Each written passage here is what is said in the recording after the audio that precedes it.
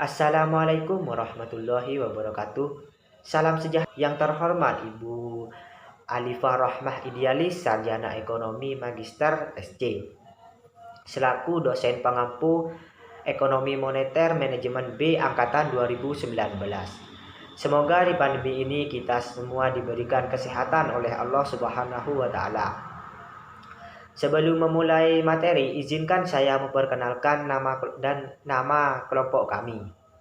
Yang pertama, saya sendiri, Riki Muhammad Aljansah, NIM 66. Yang kedua, Dina Safitri, NIM 58. Dan yang terakhir, M Nazihin, NIM 63. Di sini saya akan menjelaskan ringkasan dari kelompok 1 sampai kelompok 5, yaitu 1. Sistem keuangan, 2. Teori uang, 3. Suku bunga, 4. Jumlah uang yang beredar, dan yang terakhir permintaan uang.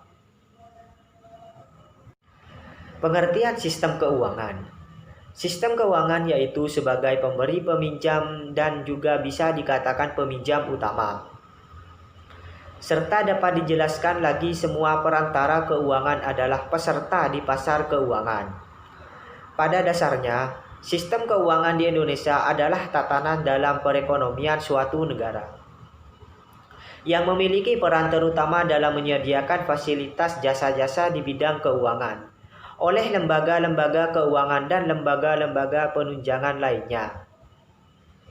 Sistem lembaga keuangan di Indonesia dibedakan dalam 2 jenis. 1. Sistem perbankan.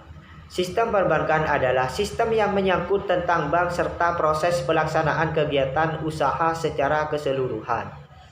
Kedua, sistem lembaga bukan bank. Sistem lembaga bukan bank adalah lembaga yang melakukan usaha dan aktivitas terkait keuangan.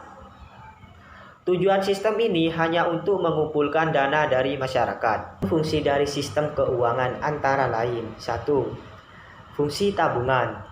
Menyediakan instrumen tabungan untuk menghimpun dana masyarakat, yaitu untuk daya tampung uang masyarakat agar terhindar dari kehilangan.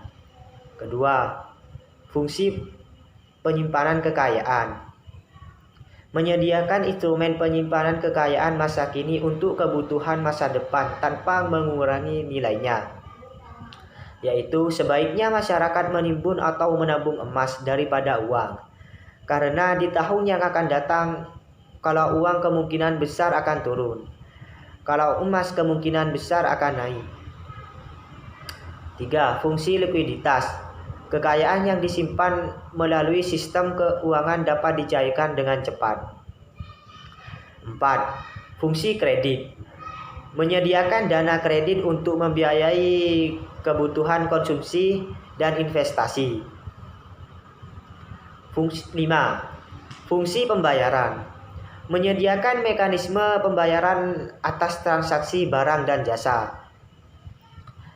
yaitu dengan adanya uang kita akan lebih mudah bertransaksi daripada sistem barter ketika zaman dahulu.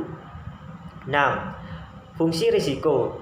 Menawarkan proteksi terhadap risiko investasi kesehatan dan jiwa, yaitu seperti BPJS.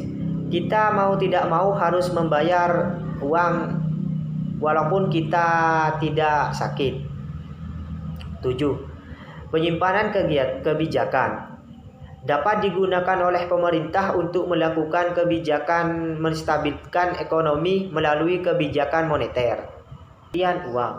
Uang dalam ilmu ekonomi tradisional merupakan alat tukar yang dapat diterima secara umum oleh masyarakat.